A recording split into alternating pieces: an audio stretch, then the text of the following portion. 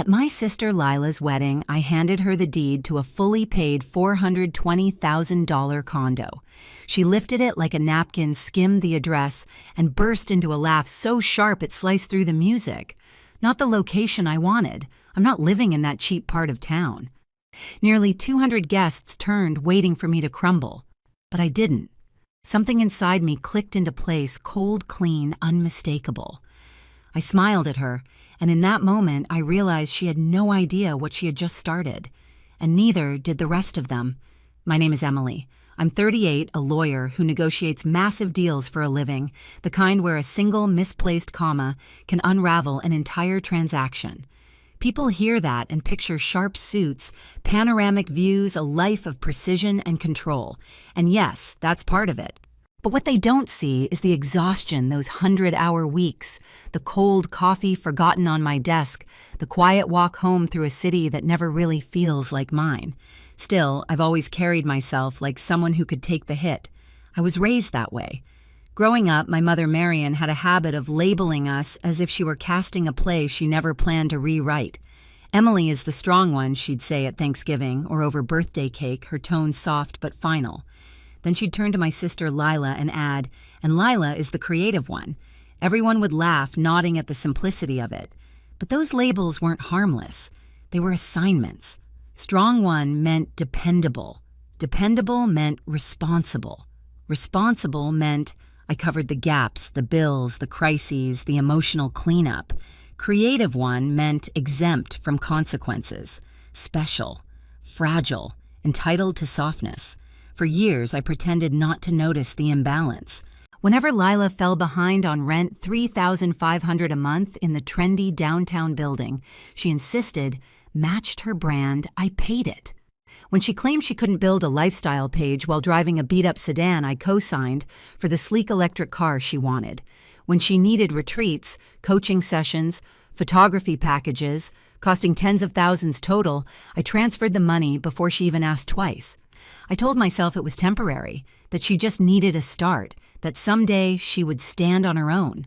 But the truth was simpler. I had been conditioned to believe my worth came from giving, that being the strong one meant never putting the weight down. My father stayed mostly quiet in those years. He loved us, I think, but conflict made him retreat into the background like a piece of furniture everyone forgets to dust. If Marion said Lila needed something, he didn't question where the money came from. He just assumed I could handle it. Meanwhile, Lila lived in a world of soft lighting and curated mornings. Oat milk lattes, authenticity posts, sponsorship dreams, pastel journals filled with mantras. She called herself an influencer. What she never called herself was responsible. I should have seen what was building. The way my mother's eyes tightened when I hesitated before agreeing to another payment. The way Lila spoke about my money as if it were an extension of her own plans. The way everyone praised me for being dependable even as I quietly unraveled under the weight. Looking back, all the signs were there. I just didn't know the breaking point would come so publicly, and that it would begin with a single, brutal laugh. Weddings are supposed to feel warm glasses, clinking flowers, wilting in soft evening light, people drifting from table to table with easy smiles. Lila's wedding felt like a production set. Everything was staged for her camera, floating candles, a floral arch taller than the groom guests arranged by aesthetic instead of relation. Even the music seemed curated for her feed. I walked toward her with the folio holding the deed, telling myself this was the moment things finally balanced out, a fresh start. A gesture big enough to prove I wasn't just the strong one, I was her sister. She stood near the head table, radiant in lace phone, angled in her hand as she checked her reflection between poses. When she saw me, her smile stretched wide for the photos until she noticed the folder. "Oh my God, Em, is this a speech?" "Tell me it's short," she whispered, half laughing. "It's a gift," I said. "Something important." The DJ lowered the music like it was part of the program. Guests shifted. Someone clapped, assuming a sweet moment was about to unfold. I placed the deed in her hands. At first she didn't understand what she was holding. Then she saw the address, the numbers, the words fully paid. Her eyes widened, not with gratitude, but calculation. And then she laughed. It wasn't the soft, embarrassed kind of laugh someone makes when they're overwhelmed. It was sharp performed, designed to travel. Heads turned instantly toward us. The groom froze mid-step. "Not the location I wanted," she said, her voice lifting through the microphone clipped to her dress. "I'm not living in that cheap part of town." A ripple of awkward chuckles moved through the crowd. Some people laughed because they thought it was a joke. Others laughed because they didn't know what else to do. A few didn't laugh at all. They just stared at me, waiting for the emotional collapse that should have followed. My throat tightened. My vision tunneled. For a second, I couldn't feel the floor under my heels. But I didn't cry. I didn't shout. I didn't even flinch. Marion appeared beside her, like she'd rehearsed the scene. "Oh, honey," she cooed to Lila, brushing a curl from her shoulder. "Emily means well. She's just practical." Practical. That word landed harder than the laugh. Lila shrugged, still smiling for the cameras. "It's fine. She probably didn't think about my brand. It's not her world." My mother nodded sympathetically, as if I weren't standing 3 feet away. In that moment, the weight of every year, every payment, every rescue, every time I swallowed frustration to protect peace pressed into my ribs. And then something inside me shifted. A clean break, a quiet rupture. I looked at my sister, my mother, the sea of eyes waiting for me to fold. Instead, I smiled. Not the smile they expected, the one that meant I finally understood exactly what I was dealing with, and exactly what I was going to do next. I slipped away from the head table as the music swelled again, pretending to admire the flower arrangements while I tried to steady my breathing. My hands were shaking, but not from sadness. It felt more like the slow, bright burn of clarity spreading through my chest. I made it halfway toward the exit before I heard heels clicking rapidly behind me. Emily Lila hissed. I turned. She stood beside a wall of champagne flutes, veil slightly crooked, eyes blazing. "What was that?" she demanded. "Were you trying to embarrass me?" "It was a gift," I said, keeping my voice level. "A gift," she gave a choked laugh. "To that neighborhood? Did you even look at the lighting in those units? It would destroy my content, and you gave it to me in front of everyone. You know my brand. Why would you sabotage me like that?" Her words hit me like cold water. Sabotage. That's what she thought this was. Before I could answer, Marion swept in, Pearl's gleaming voice dripping with practiced sweetness. "Girls," she murmured, "please, not tonight." Then turning to me, she added in a quieter tone, "Emily, darling, you know how sensitive your sister is. She means well." Sensitive. Another old label, another subtle reminder that my feelings were optional while hers were sacred. "I'm going home," I said. Marion's hand clamped onto my arm, gentle in appearance, sharp underneath. "You will not leave," she whispered, smiling for anyone who might glance our way. "Don't be selfish just because you're hurt." There it was, the line, sharp enough to sever decades of conditioning in an instant. Selfish, because I was hurt. Not because I'd been humiliated, not because my sister had mocked a life-changing gift, not because I'd financed Lila's life for years without acknowledgement. No, because I dared to feel something about it. I pulled my arm back, slowly, deliberately. "I'm leaving," I repeated, "and I'm done." I didn't wait for their reaction. I walked out through the grand glass doors, the night air cool against my face. My heels clicked across the pavement, each step louder, more certain. At the valet stand, I paused. One thought cut through the noise in my head, the car. The one I co-signed. The one she'd driven here like a badge of status.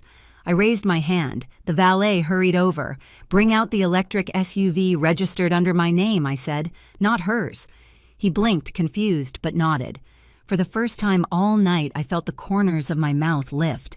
Not a polite smile. Not a peacekeeping smile. A clean, sharp smile, the kind I used across boardroom tables when a deal finally made sense. When I got home, the apartment felt heavier than usual. I turned on one lamp, kicked off my heels, and walked into the kitchen. That's when I saw it, an envelope slid under my door, my name written in a familiar shaky script. Inside were documents, printouts, plans, and a note that made my heart go still. Suddenly, the humiliation at the wedding wasn't the worst part, not even close. I spread the papers across my kitchen counter, the soft hum of the refrigerator the only sound in the apartment. The envelope had been left by Adam the groom, though his note was short, almost apologetic. He'd written that he'd found these in a shared folder on Lila's phone while she was getting ready earlier that day. He claimed he hadn't known the full picture. He didn't know where else to turn. I didn't know whether to believe him. But the documents spoke loudly enough on their own. Bullet points, estimates, deadlines, a neat list titled Future Support from Emily, projected payments for Lila's upcoming content evolution, a request for a more expensive car upgrade, a timeline for an eventual real house with a suggested down payment I was apparently expected to cover. Numbers were rounded, but they were enough. Someone had discussed them carefully. Someone had planned.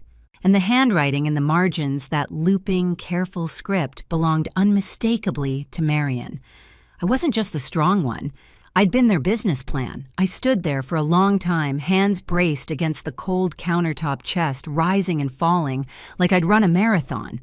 The humiliation at the wedding had been a blow, but this was the knife. Premeditated, organized.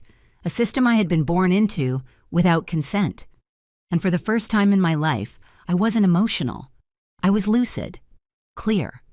Focused the way I was on the 50th floor when a billion-dollar deal needed closing.